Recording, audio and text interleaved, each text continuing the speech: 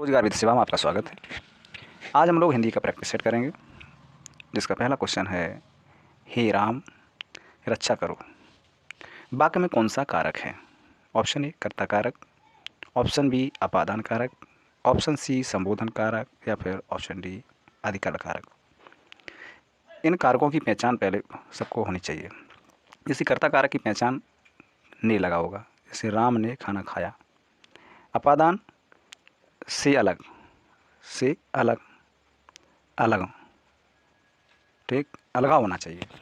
जैसे पेड़ से पत्ते गिरते हैं, अलगाव हो रहा है। संबोधन, संबोधन में आता है हे, अरे, ओ। और अधिकरण में आता है मैं पै पर, मैं पै पर। मतलब जैसे मैं, मतलब इसका अर्थ है जैसे किताब मेज पर रखी है। तो इसका सही आंसर क्या होगा? ऑप्शन सी संबोधन कारक, क्योंकि हे राम लगा हुआ है, संबोधन का चिन्ह भी लगा हुआ है, तो कौन सा कारक होगा? संबोधन कारक। नेक्स्ट क्वेश्चन, रामचरितमानस कैसी शैली है? ऑप्शन ए मुक्तक शैली, ऑप्शन बी प्रबंध शैली, ऑप्शन सी वर्णनात्मक शैली या फिर ऑप्शन डी परमार्जित शैली। इसका सही आंसर है प्रबंध शैली। अब प्रबंध शैली की परिभाषा क्या होती है? प्रबंध शैली एक खंड काव्य पर आधारित होती है। जैसे रामचरितमानस किसका खंड काव्य है? रामायण का कोई खंड काव्य है। रामचरितमानस है, सुदामा चरित्र है, ये क्या है? सब प्रबंध शैली को धारणा है। यानी खंड जीवन शैली है, पूरी जीवनी ना होकर एक एक भाग होता है उसका, यानी एक क्या बोलते हैं, खंड काव्य। तो प्रबंध शैली का दूसरा नाम क्या होता है? खंड काव्य पर आधारित होती है। तो रामचरितमानस कैसी शैली है? प्रबंध शैली। नेक्स्ट क्वेश्चन, प्रश्न संख्या 41 से 43 से कि शब्दों के विलोम शब्द चुनने हैं। ऐश्वर्य शब्द का विलोम शब्द, ऑप्शन ए अनैश्वर्य, ऑप्शन बी वैभव, ऑप्शन सी विलासिता या फिर ऑप्शन डी दरिद्रता। इसका सही आंसर है अनैश्वर्य, ऐश्वर्य का अनैश्वर्य। नेक्स्ट क्वेश्चन, ऋजु, ऋजु शब्द का विलोम शब्द बताना है। ऑप्शन ई सीधा, ऑप्शन बी सरल, ऑप्शन सी सच्चा या फिर ऑप्शन डी वक्र। इसका सही आंसर है वक्र, क्योंकि ऋजु का अर्थ होता है ऋजु रेखा। आपने कक्षा 5-6 में पढ़ी होगी। एक ऋजु रेखा, ऋजु रेखा एक सरल, ये ऋजु रेखा जो 180 डिग्री पर बनी होती है, ऋजु रेखा होती है। अब ऋजु रेखा बिल्कुल सीधी रेखा होती है। अब उसका उल्टा क्या होगा? टेढ़ी मेढ़ी रेखा। ये क्या है? ये वक्र रेखा है। या तो जैसे ऐसी रेखा, ये भी वक्र रेखा हुई, या ऐसी रेखा, ये भी वक्र रेखा हुई। तो इसका ऋजु रेखा का विलोम शब्द होता है वक्र रेखा। प्लीज़ चैनल को लाइक, शेयर एंड सब्सक्राइब कर लें। नेक्स्ट क्वेश्चन, अब बताइए कर्षण, कर्षण शब्द का विलोम शब्द क्या होगा? ऑप्शन ए आकर्षण, ऑप्शन बी विकर्षण, ऑप्शन सी प्रक्षेपण या फिर ऑप्शन डी फेंकना। इसका सही आंसर है विकर्षण। कर्षण को ही आकर्षण कहा जा सकता है। कर्षण और आकर्षण एक जैसी शब्द हैं। जैसे आकर्षण का पूछा जाए तो भी विकर्षण होगा, और कर्षण का पूछा जाए तभी विकर्षण इसका विलोम शब्द होगा। ये दोनों शब्द एक जैसे ही है, कर्षण या आकर्षण। तो इसका सही आंसर है ऑप्शन बी विकर्षण। नेक्स्ट क्वेश्चन, क्वेश्चन संख्या है 44 और 45। निम्नलिखित वाक्यों में सही वाक्य चुनना है। ऑप्शन ए 1 किलो भर के आलूओं को लाओ, क्या ये सही है? ऑप्शन बी 1 किलो आलूओं को लाओ, ऑप्शन सी 1 किलो आलूएँ लाओ, ऑप्शन डी 1 किलो आलू लाओ। इसका सही आंसर है ऑप्शन डी 1 किलो आलू लाओ, और तीनों गलत है। नेक्स्ट क्वेश्चन, कोमलांगी सीता जी राम के साथ बन गई, क्या ये सही है? कोमलांगिनी सीता राम जी के साथ बन गई। ऑप्शन सी कोमलांगिनी सीता राम के साथ बन गई, या फिर ऑप्शन डी कोमलांगी सीता राम के साथ बन गई। पहले तो ये कोमलांगिनी शब्द जो इसमें लिखा है ये सब गलत है, सिर्फ ऑप्शन डी सही है। क्योंकि कोमलांगी नहीं होता है, कोमलांगिनी होता है। क्या होता है? कोमलांगी, कोमलांगिनी नहीं होता है। कोमलांगी शब्द शुद्ध है। इस प्रकार इसका सही आंसर ऑप्शन डी कोमलांगी सीता राम के साथ बन गई। नेक्स्ट क्वेश्चन, 46 से लेकर 48 के बीच वाक्यांशों के लिए एक शब्द चुनना है। जैसे देश में विदेश से आया देश में विदेश से माल आने का कार्य क्या होता है? ऑप्शन ए आगमन, ऑप्शन बी प्रत्यागमन, ऑप्शन सी आयात या फिर ऑप्शन डी निर्यात। तो निर्यात का मतलब होता है अपने देश से दूसरे देश में जाने वाला। अगर जाने वाले की आती बात तो निर्यात होता है, लेकिन यहाँ माल क्या है? आने वाले। आने का मतलब है आयात। क्या हुआ? आयात किया गया, इम्पोर्ट। और अगर बाहर भेज रहे हैं अपने देश से तो उसे बोलते हैं निर्यात या export. Next question,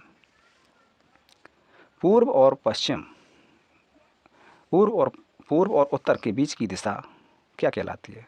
option A अग्निकोण, ऑप्शन बी उदीची, ऑप्शन सी प्राची या फिर ऑप्शन डी ईशान।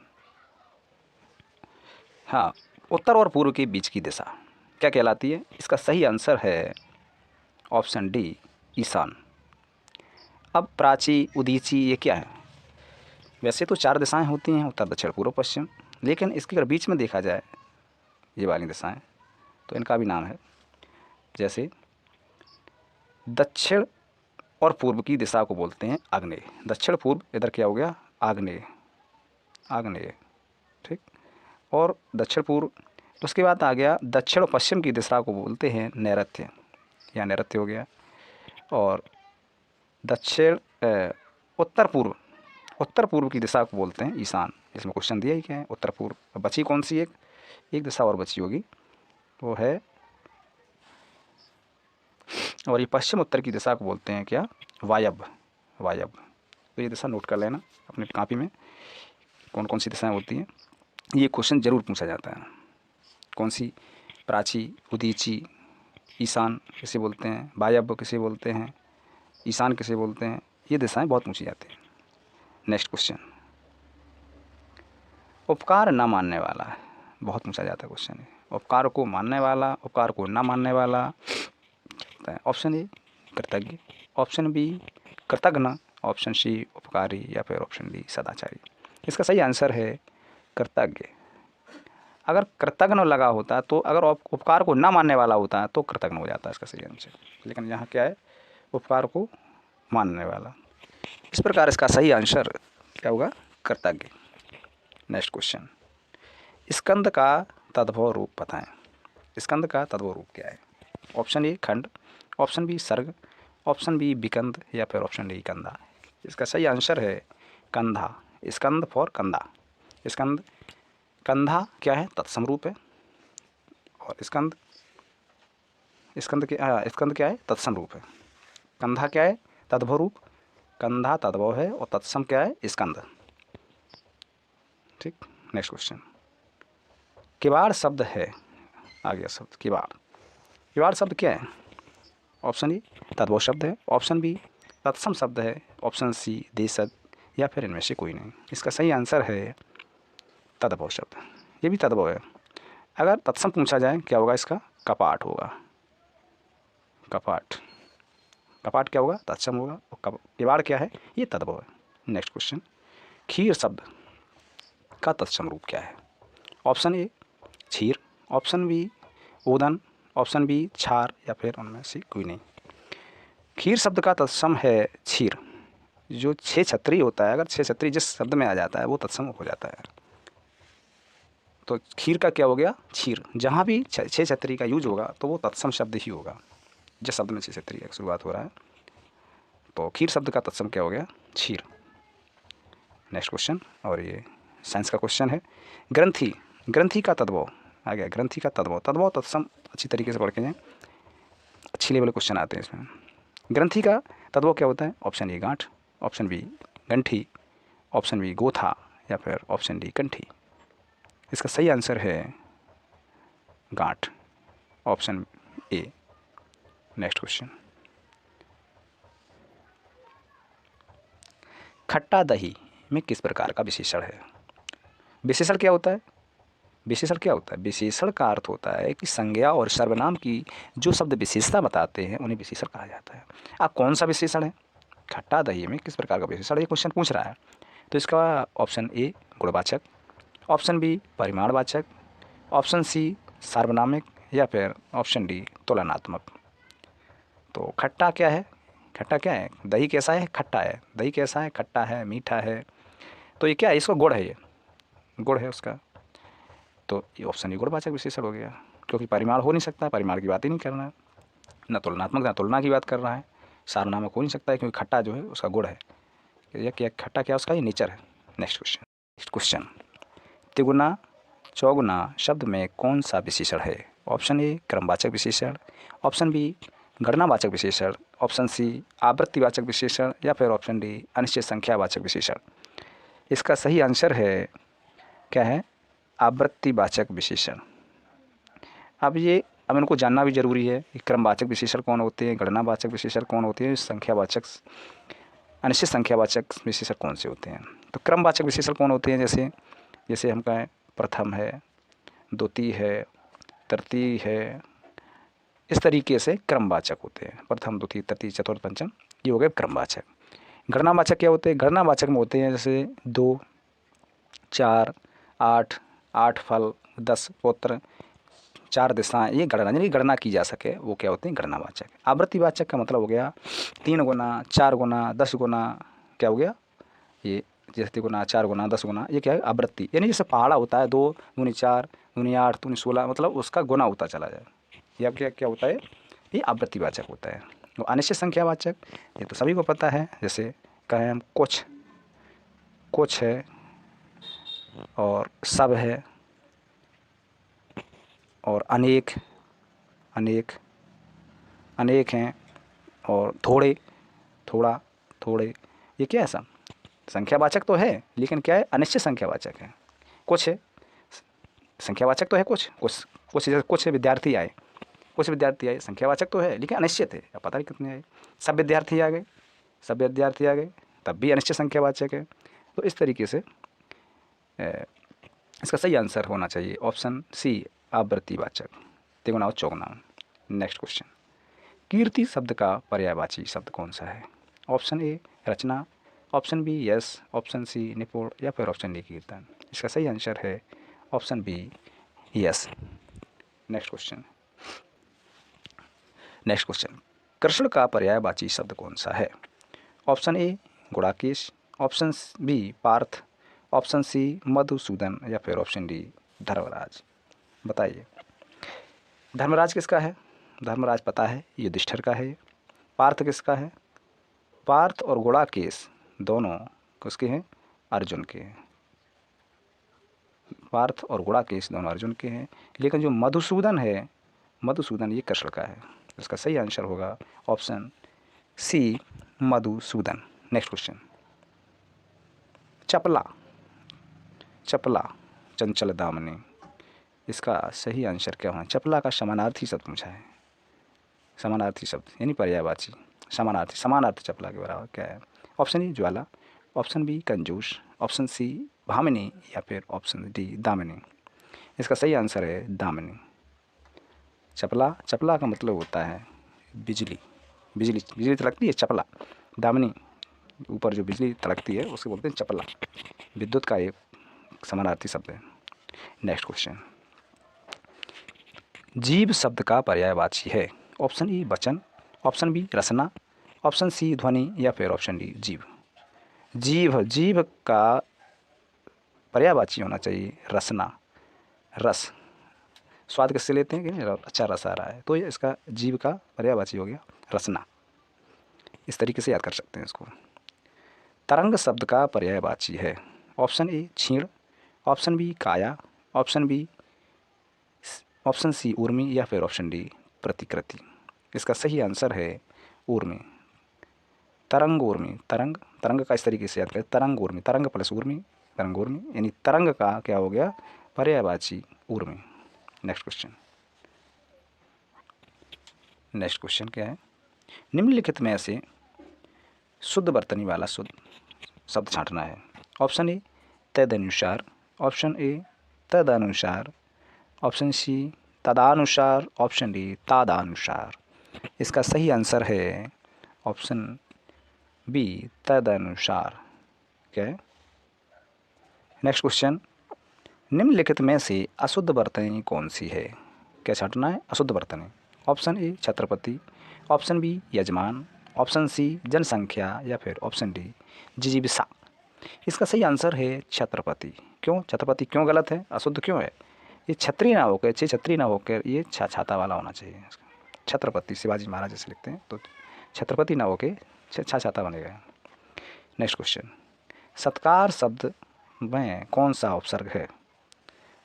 कौन सा उपसर्ग है? ऑप्शन ए सा, ऑप्शन बी सच, ऑप्शन सी सत्य या फिर ऑप्शन डी सत।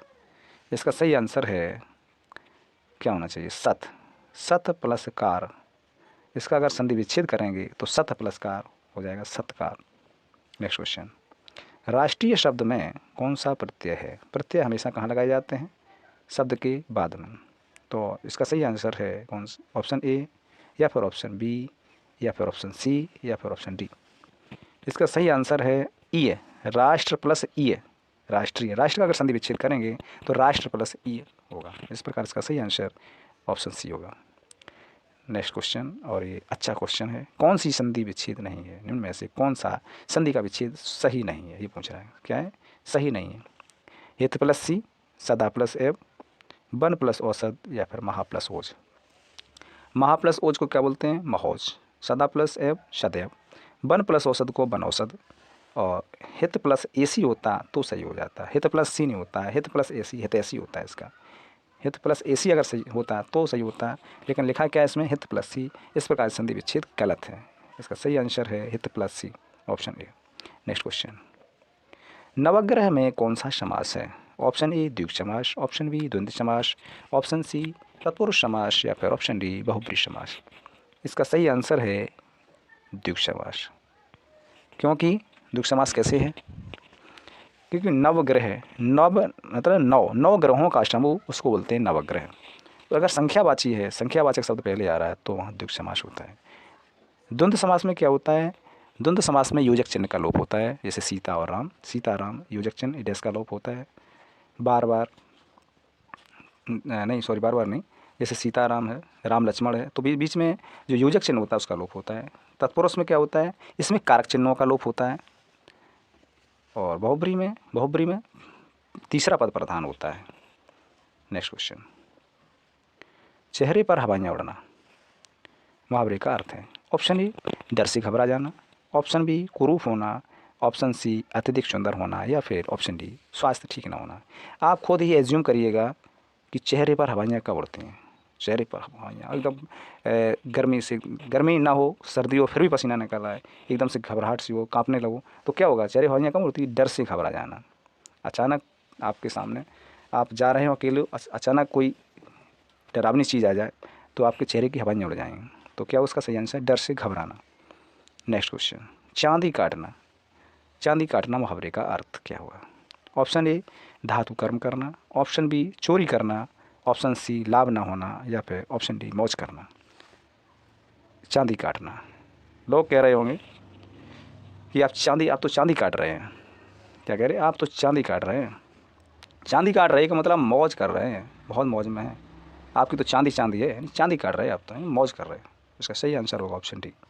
निम्नलिखित में से कौन सा कपीस शब्द का संधि विच्छेद सही है?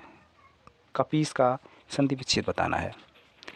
ऑप्शन ए कपी प्लस सा, ऑप्शन बी कप प्लस ईस, ऑप्शन सी कप प्लस ईस या फिर ऑप्शन डी कपी प्लस ईस।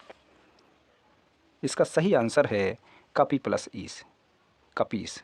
इसमें कौन सी संधि है? स्वर संधि है, और इसका सही आंसर है ऑप्शन डी कपी प्लस ईस। नेक्स्ट क्वेश्चन, प्रत्येक में कौन सा समास है? बहुत अच्छा क्वेश्चन है, रिपीटेड क्वेश्चन कई बार आया है, इसको ध्यान से पढ़ें। ऑप्शन ए द्विगु समास, ऑप्शन बी द्वंद्व समास, ऑप्शन सी तत्पुरुष समास, ऑप्शन डी अव्ययीभाव समास। प्रत्येक का अगर संधि विच्छेद करेंगे तो क्या होगा? प्रति प्लस एक। प्रत्येक क्या इसमें संख्यावाची है? नहीं, तो द्विगु नहीं होगा। योजक चिन्ह है इसमें? नहीं है, तो द्वंद्व समास भी नहीं होगा। तत्पुरुष में कारक चिन्ह का लोप होता है? कारक चिन्ह इसमें है? नहीं है, तो इस प्रकार इसका सही आंसर हो गया अव्ययीभाव। अव्ययीभाव की पहचान होती है इसमें प्रति, आ, भर, यथ, यथा, ये शब्द लगे होते हैं उपसर्ग के रूप में।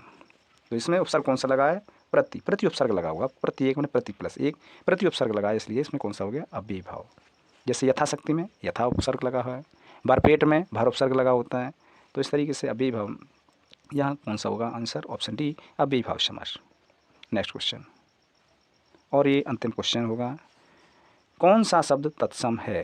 तत्सम का मतलब होता है शुद्ध शब्द, जो हम लोग आम भाषा में ना बोलकर जो किताबों में लिखा होता है वो ज़्यादातर तत्सम शब्द ही लिखे होते हैं। और तद्भव शब्द क्या होते हैं? जो हम लोग लोकल भाषा में बोलते हैं उनको बोलते हैं तद्भव शब्द। तो तत्सम कौन सा है? ऑप्शन ए आग, ऑप्शन बी अंगोछा, ऑप्शन सी अंधकार, या फिर ऑप्शन डी आँख। कौन सा तत्सम है बताइए? आग शब्द क्या तत्सम है? आग क्या होता है? अग्नि, अग्नि होता है, अग्नि, ठीक। अंगोछा का क्या होता है? गमछा, ग में छा, गमछा। और आँख का क्या होता है? अक्षी, आँख का क्या होता है? अक्षी। अब बचा एक शब्द क्या? अंधकार, अंधकार का क्या होता है? क्या होता है? अंधेरा। क्या है? अंधेरा अगर शब्द है तो तद्भव हो गया, लेकिन ये तत्सम शब्द है। किसका? अंधकार तद्भव है, तत्सम है, और अंधकार क्या है? तत्सम है, अंधेरा क्या है? तद्भव है। तो अंधकार इसका सही आंसर हो गया, अंधकार। प्लीज़ चैनल को सब्सक्राइब कर लें एंड शेयर कर दें।